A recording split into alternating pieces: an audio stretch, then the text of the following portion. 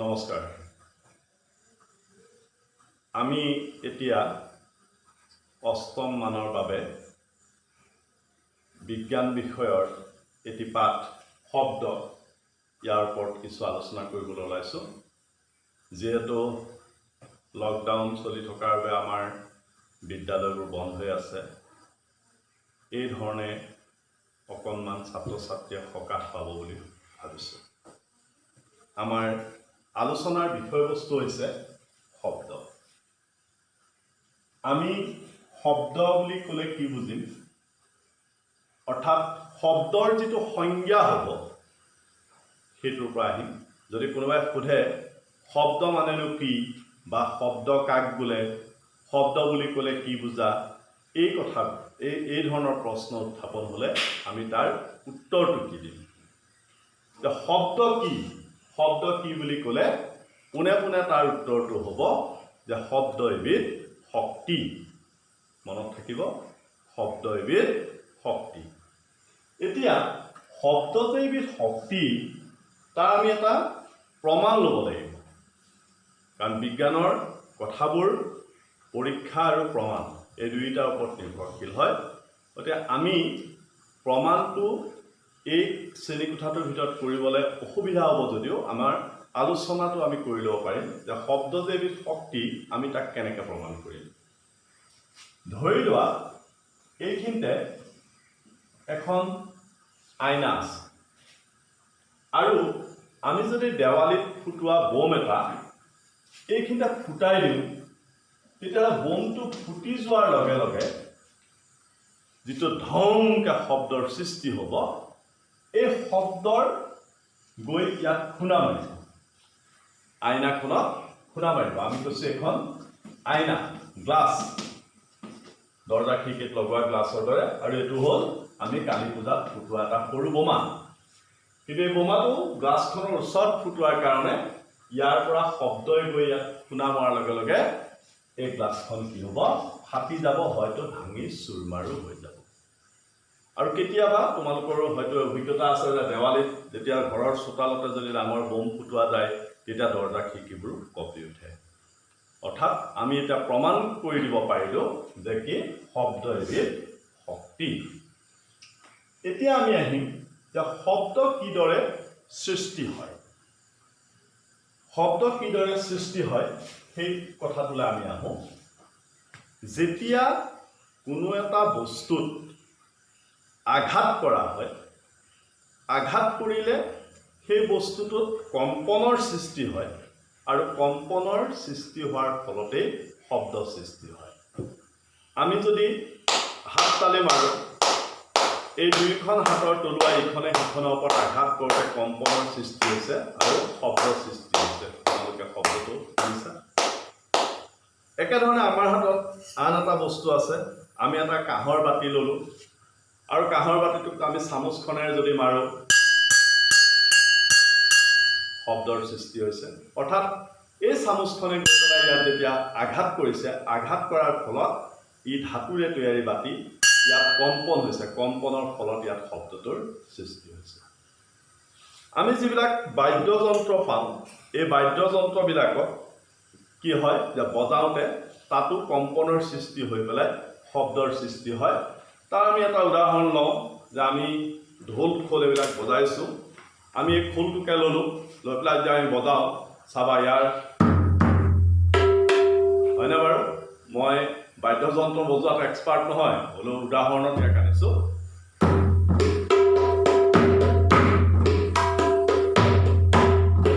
শব্দটো শুনিছা? অৰ্থাৎ যেতিয়া আমি ইয়াত আঘাত কৰিছোঁ তেতিয়া ইয়াত কি হৈছে, কম্পন হৈছে, বা এইফালে যেতিয়া আঘাত কৰিছোঁ তেতিয়া কম্পন হৈছে। কম্পনৰ ফলত এই শব্দৰ সৃষ্টি হৈছে। অৰ্থাৎ আমি বুজি পালোঁ যে শব্দৰ সৃষ্টি হ'বৰ বাবে কি হ'ব লাগিব, কম্পন হ'ব লাগিব। বস্তু এটাই আন এটাক আঘাত কৰিব লাগিব, আৰু আঘাত কৰাৰ ফলত কম্পন হ'ব লাগিব।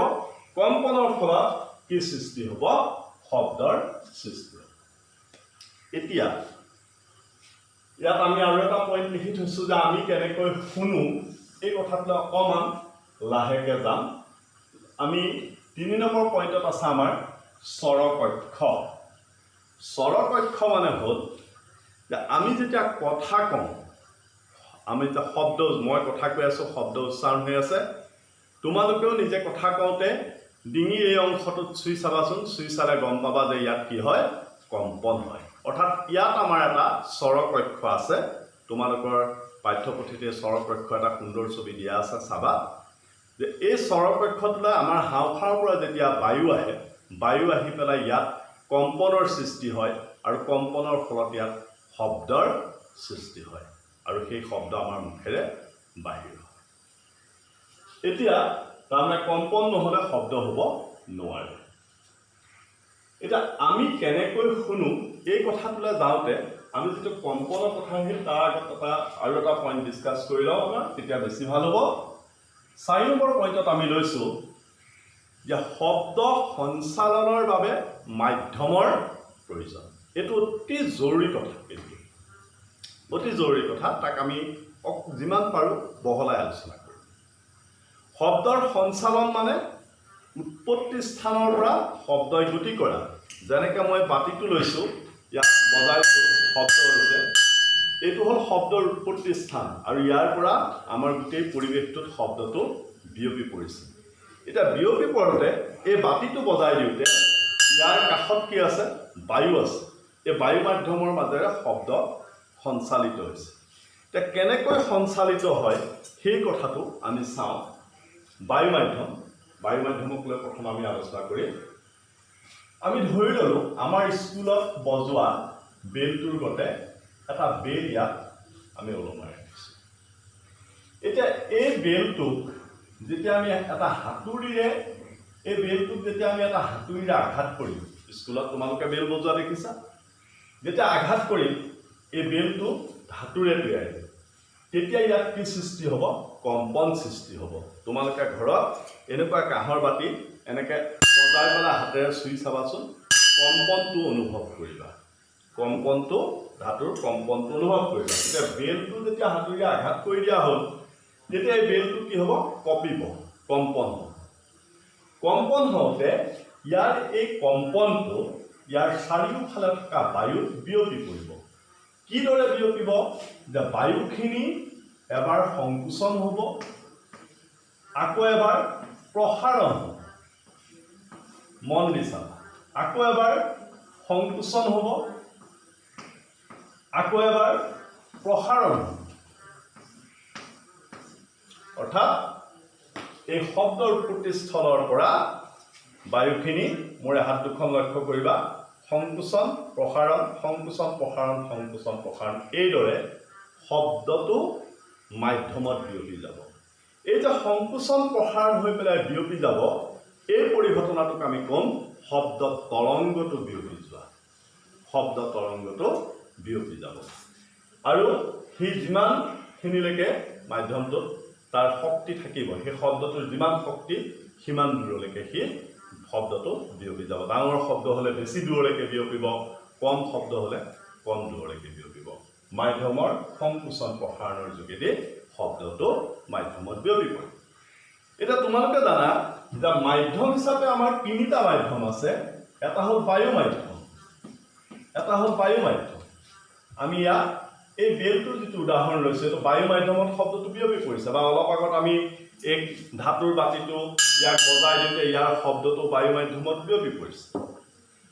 আৰু দ্বিতীয় মাধ্যমটো হৈছে তৰল মাধ্যম, অৰ্থাৎ পানীৰ মাজেৰেও শব্দ, পানী বা তেনেকুৱা তৰল পদাৰ্থৰ মাজেৰেও শব্দ তৰংগ সহজে বিয়পি পৰিব পাৰে। আৰু 3 নম্বৰ হৈছে কঠিন মাধ্যম। কঠিন মাধ্যমৰ মাজেৰেও শব্দ বিয়পি পৰিব পাৰে। তাৰ বাবে আমি এটা অকণমান পৰীক্ষা কৰিবলৈ চেষ্টা কৰিম। মই আমাৰ এজন ছাত্ৰক মাতিছোঁ এইখিনিলৈ, ইয়াত থিয় হোৱাচোন, ওচৰতে। এতিয়া আমি এটা সঁজুলি বনাই লৈছোঁ, তোমালোকে দেখিছা এই দুটা ওৱান টাইম গিলাচ আৰু মাজত আমাৰ এটা ৰছী আছে। তুমি ধৰা আৰু তোমাৰ কাণখনত লগোৱা, সুন্দৰকৈ লগোৱা। এই ৰছীডাল মুকলিকৈ থাকিব লাগিব আৰু মই ইয়াত কথা ক'লে তেওঁ শুনা পাব লাগিব। হেল্ল' হেল্ল' হেল্ল', তুমি শুনিছা?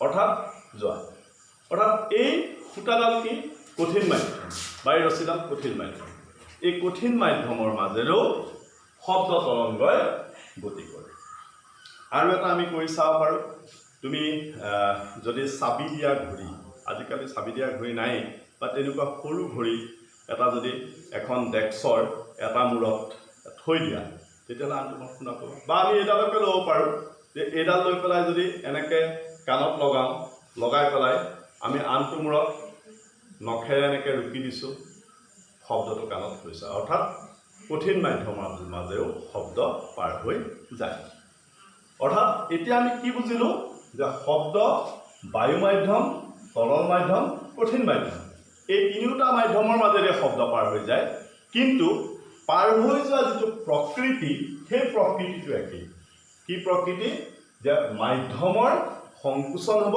প্ৰসাৰণ সংকোচন হ'ব প্ৰসাৰণ হ'ব এনেদৰে সংকোচন প্ৰসাৰণৰ দ্বাৰা শব্দ শক্তিটো মাধ্যমত বিয়পি পৰিব শব্দ তৰংগটো আমি আগতেই কৈছোঁ যে যদি শব্দৰ শক্তিটো বেছি হয় ডাঙৰ শব্দ হয় তেতিয়াহ'লে সি বেছি দূৰলৈ বিয়পি পৰিব সৰু শব্দ হ'লে কম দূৰলৈ বিয়পি পৰিব অৰ্থাৎ শব্দ সঞ্চালনৰ বাবে মাধ্যমৰ প্ৰয়োজন এতিয়া এইখিনিতে প্ৰশ্ন হ'ব যে তোমালোকক আমি বাৰে প্ৰতি কৈ আছিলোঁ শব্দ সঞ্চালনৰ বাবে মাধ্যমৰ প্ৰয়োজন তেতিয়াহ'লে মাধ্যম নথকা ঠাইত শব্দ সঞ্চালন হ'ব নোৱাৰে তাৰ বাবে আমি আৰু এটা কথা ইমাজিন কৰি লওঁ বিজ্ঞানৰ কিছুমান কথা আমি ইমাজিন কৰি বুজিব লাগিব আমাৰ এইখন পৃথিৱী উত্তৰ মেৰু দক্ষিণ মেৰু বিষুৱ অঞ্চল আমি জানো যে আমাৰ পৃথিৱীখনৰ চাৰিওফালে বায়ুমণ্ডলে আগুৰি আছে জেকেটৰ দৰে বায়ুমণ্ডলটোৱে আমাৰ পৃথিৱীখনক আগুৰি আছে এতিয়া এই পৃথিৱীৰ বায়ুমণ্ডলৰ যদি আমি বাহিৰলৈ গুচি যাওঁ আমি ধৰি ল'লোঁ এই স্থান এই পজিশ্যন যদি আমি বাহিৰলৈ গুচি যাওঁ তেতিয়াহ'লে চাবা যে বায়ুমণ্ডলৰ পৰা বাহিৰলৈ গুচি যোৱাৰ লগে লগে এই অংশখিনি অৰ্থাৎ বায়ুমণ্ডলৰ উপৰিভাগ আৰু এই অংশখিনিত কিন্তু কোনো মাধ্যম নাই ইয়াত বায়ু নাই কোনো তৰল পদাৰ্থ নাই কোনো কঠিন পদাৰ্থ নাই তেতিয়াহ'লে যদি এই স্থানত কিবা শব্দ হয় তেতিয়াহ'লে সেই শব্দ কিন্তু আমি ইয়াত শুনা নাপাওঁ কাৰণ সেই শব্দ তৰংগখিনি কঢ়িয়াই আনিবলৈ এইখিনিত কোনো মাধ্যম নাই অৰ্থাৎ মাধ্যম অবিহনে শব্দ তৰংগই গতি কৰিব নোৱাৰে সেইকাৰণে শব্দ তৰংগক যান্ত্ৰিক তৰংগ বুলি কোৱা হয় এতিয়া পিছৰ পইণ্টটোলৈ আমি আহিম শুনাদি শব্দ এই শুনাদি বুলি ক'লে এই শব্দটোৰ লগতে আমাৰ বহুত ছাত্ৰ ছাত্ৰী বোধহয় পৰিচিত নহ'বও পাৰে হ'বও পাৰে কিন্তু নহ'বও পাৰে বুলি ভাবি লৈছোঁ যে শুনাদি শব্দ মানে কি মই হাত দুখন বজাইছোঁ এইটো শুনাদি শব্দ নহয় ইয়াত টুকুৰিয়াই দিছোঁ এইটো শুনাদি শব্দ নহয় শুনাদি শব্দটো ইংৰাজীত কয় ৰিঙিং চাউণ্ড আমি যেতিয়া কোনোবা ধাতুজাতীয় বস্তুক হাতুৰিৰে বা আন পদাৰ্থৰে আঘাত কৰি যেনেকৈ আমাৰ এই কাঁহৰ বাতিটো মন দি বুজিবা মই শব্দটো শুনিবা ইয়াত কি ধৰণৰ শব্দটো হ'ব এই শব্দটো হোৱাৰ লগে লগে সি টাং টাং দীঘলীয়াকৈ বিয়পি গৈছে আমাৰ স্কুলৰ বেলটো যেতিয়া বজায় তেতিয়াও শব্দটো কিছু সময়লৈ বিয়পি থাকে টাং দীঘলীয়াকৈ বিয়পি এই যে দীঘলীয়াকৈ বিয়পি যোৱা যিবিলাক শব্দ সেই শব্দবিলাকক কোৱা হয় শুনাদি শব্দ কাৰণ ধাতুৰ বস্তুবিলাকক আঘাত কৰিলে সিহঁতৰ কম্পনটো কিছু সময়লৈ হৈ থাকে আৰু যিমান দেৰিলৈকে সেই কম্পনটো হৈ থাকে সিমান দেৰিলৈকে তাৰ পৰা শব্দটো মাধ্যমত সংকোচন প্ৰসাৰণৰ মাজেৰে বিয়পি গৈ থাকে এতিয়া আৰু তোমালোকে কিছুমান উদাহৰণ ল'ব পাৰিবা যদি ৰাবাৰ বেণ্ড এডাল লৈ পেলাই ৰাবাৰ বেণ্ডডাল এনেকৈ বজোৱা শব্দ হ'ব তোমালোকে বহুতে বোধহয় গীটাৰ বা সেই ধৰণৰ বাদ্যযন্ত্ৰ বজাই পাইছা গীটাৰৰ তাঁৰবিলাক বজাই যেতিয়া তেতিয়া কঁপে কম্পনত তাত শব্দ হয় এতিয়া আমি যিকেইটা কথা আলোচনা কৰিলোঁ তাৰ মাজত এটা অতি জৰুৰী কথা আছে যিটো মই এতিয়ালৈকে টাচ কৰা নাই সেইটো হৈছে মানুহৰ কাম আমি শব্দ এটা কেনেকৈ শুনা পাওঁ যেতিয়া আমি ইয়াত সহজকৈ মানুহৰ কাণৰ ছবি এটা আঁকি লৈছোঁ ধৰি ললোঁ এইখিনিতে আমাৰ স্কুলৰ বেলটোৰ দৰে এটা বেল ওলমি আছে আগৰ দৰে যেতিয়া আমি ইয়াক হাতুৰিটোৰে আঘাত কৰিম তেতিয়া কি হ'ব যে ইয়াৰ চাৰিওফালে থকা বায়ুখিনি এবাৰ সংকোচন হ'ব আকৌ এবাৰ প্ৰসাৰণ হ'ব আকৌ এবাৰ প্ৰসাৰণ হ'ব আকৌ সংকোচন হ'ব তাৰপিছত আকৌ প্ৰসাৰণ হ'ব এইদৰে বায়ুখিনিৰ সংকোচন প্ৰসাৰণৰ দ্বাৰা শব্দ শক্তিটো পাৰ হৈ যাব বা শব্দ তৰংগটো পাৰ হৈ যাব এই শব্দ তৰংগটোৱে আমাৰ কাণৰ ভিতৰত এই ফুটাটো বায়ু সোমাই আছে এই শব্দ তৰংগবিলাকে আহি পেলাই আমাৰ কাণৰ ভিতৰত সোমাই পেলাই আমি কাণৰ যিখন পৰ্দা বুলি কওঁ সেই পৰ্দাখনত গৈ ধৰি লোৱা মোৰ হাতখনে কাণৰ পৰ্দা এতিয়া শব্দ তৰংগবিলাকে এনেকৈ আহি বাৰে বাৰে কাণৰ পৰ্দাখনক আঘাত কৰিব আৰু যেতিয়া আঘাত কৰিব এই পৰ্দাখনক আঘাত কৰোঁতে ইয়াৰ ভিতৰত কম্পনৰ সৃষ্টি হ'ব আৰু সেই কম্পনটো আমাৰ অন্তঃকৰণত থকা এই অংগবিলাকে গ্ৰহণ কৰি পেলাই তাক স্নায়ুৰ জৰিয়তে আমাৰ মগজুলৈ পঠাই দিব স্নায়ুৰ জৰিয়তে আমাৰ যিটো ব্ৰেইন স্নায়ুৰ জৰিয়তে আমাৰ মগজুলৈ পঠাই দিব এতিয়া চাবা আৰু তেতিয়া আমি শব্দটো শুনাম এতিয়া চাবা যে আমাৰ অন্তঃকৰণখন আমাৰ এই বহিকৰণৰ পৰা প্ৰায় ইমানখিনি ভিতৰত আছে আৰু তাৰ পৰা আমাৰ মগজুৰ দূৰত্বটো কিন্তু খুব কম সেইকাৰণে কি হয় আমি বেছি ডাঙৰ শব্দ শুনাটো অনুচিত কেতিয়াবা এনেকুৱা হৈছে নেকি যে দেৱালীৰ সময়তে বিশেষকৈ যে ডাঙৰ বম এটা ওচৰতে ধামকৈ ফুটি গ'ল কাণখন তাল মাৰি ধৰিলে আমি নাই শুনা অলপমান দেৰি কুকৈ শব্দ শুনি আছোঁ তাৰপৰা জোকাৰিছোঁ অলপ সময়ৰ পিছতহে আকৌ ভালকৈ নৰ্মেলি শুনা পাইছোঁ তেনেকুৱা নিশ্চয় হৈছে মনত ৰাখিবা এইটো অতি ক্ষতিকাৰক কথা কাৰণ সেই ঘটনাটো কেতিয়া ঘটে যে আমাৰ এই যিখন কাণৰ পৰ্দা আছে এই পৰ্দাখনে কিমান শক্তিশালী শব্দ তৰংগ ৰিচিভ কৰিব পাৰিব তাৰ নিজস্ব এটা ক্ষমতা আছে প্ৰত্যেকটো বস্তুৰে এটা বহন ক্ষমতা থাকে ধৰা মই হাতখনেৰে মই কিমান গধুৰ বস্তু এটা উঠাব পাৰিম মোক যদি 100 কিলোগ্ৰাম ওজনৰ শিলগুটি এটা এনেকৈ উঠাব দিব পাৰিম জানো নোৱাৰিম প্ৰত্যেকটো বস্তু এটা নিৰ্দিষ্ট ক্ষমতা থাকে সেইটো তাৰ বহন ক্ষমতা একেধৰণে আমাৰ কাণৰ এই পৰ্দাখনে কিমান শক্তিশালী শব্দ তৰংগ ৰিচিভ কৰিব পাৰিব তাৰ এটা নিৰ্দিষ্ট লিমিট আছে যদি আমাৰ কাণৰ পৰ্দাখনত তাতকৈ বেছি জোৰত আহি পেলাই শব্দ তৰংগই খুন্দিয়াই দিয়ে তেতিয়াহ'লে কি হ'ব যে এই শব্দ তৰংগ আমাৰ অন্তঃকৰণৰ অন্যান্য অংগবিলাকলৈ যোৱাৰ পিছত এই যিডাল স্নায়ুৱে মগজুলৈ শব্দ তৰংগটো কঢ়িয়াই নিব সেই স্নায়ুডাল টেম্পৰেৰী পেৰালাইচিছ হৈ যাব অৰ্থাৎ সেই মগজুলৈ শব্দটো লৈ যাবগৈ নোৱাৰে সেইকাৰণে টেম্পৰেৰী পেৰালাইচিছ তাৰমানে অস্থায়ীভাৱে সি কাম কৰিব নোৱাৰা সেইকাৰণে আমি কিছু সময় কোনকৈ শুনি থাকোঁ আৰু তাৰ অলপ পিছত যেতিয়া ই আকৌ নৰ্মেল ছিটুৱেশ্যনলৈ ঘূৰি আহে তেতিয়া আমি পুনৰ শব্দটো গতিকে ই আমাৰ কাৰণে অত্যন্ত কিন্তু ক্ষতিকাৰক কেতিয়াও ডাঙৰ শব্দ শুনিব নাপায় মিউজিক ছিষ্টেমবিলাক বজালেও খুব হাই ভলিউমত বজাব নালাগে ই অত্যন্ত ক্ষতিকাৰক আৰু যদি এই শব্দ তৰংগবিলাক অতি বেছি শক্তিশালী হয় তেতিয়াহ'লে ই গৈ যদি এই পৰ্দাখনত অতি জোৰত খুন্দিয়ায় আৰু ইয়াৰ ভিতৰৰ যন্ত্ৰপাতিবিলাক যদি পাৰ্মানেণ্টলি পেৰালাইচিছ হৈ যায় তেতিয়াহ'লে কিন্তু মানুহ চিৰদিনৰ কাৰণে কলা হৈ যাব কাণে নুশুনা তাতোতকৈ ভয়ানক কথাটো কওঁ যে অতি শক্তিশালী শব্দ তৰংগবিলাকে ইয়াত খুন্দিওৱাৰ ফলত আমাৰ এই অন্তঃকৰণৰ বিভিন্ন অংগবিলাকত কি আছে ইয়াত তেজৰ শিৰাবিলাক আছে কাৰণ এই কোষবিলাক জীয়াই থাকিবলৈ তেজে শক্তিবিলাক নিব লাগিব খাদ্য কণিকাবিলাক নিব লাগিব গতিকে ইয়াত তেজৰ সূক্ষ্ম কণিকাৰ জালিকা আছে গতিকে অতি বেছি শক্তিশালী শব্দ তৰংগই গৈ পেলাই খুন্দোৱাৰ ফলত যদি ইয়াৰ ভিতৰত থকা তেজৰ সেই নলিকাবিলাক ফাটি যায়, ইণ্টাৰনেলি যদি ব্লিডিং হৈ যায়, তেতিয়া কিন্তু মানুহৰ মৃত্যু পৰ্যন্ত হ'ব পাৰে।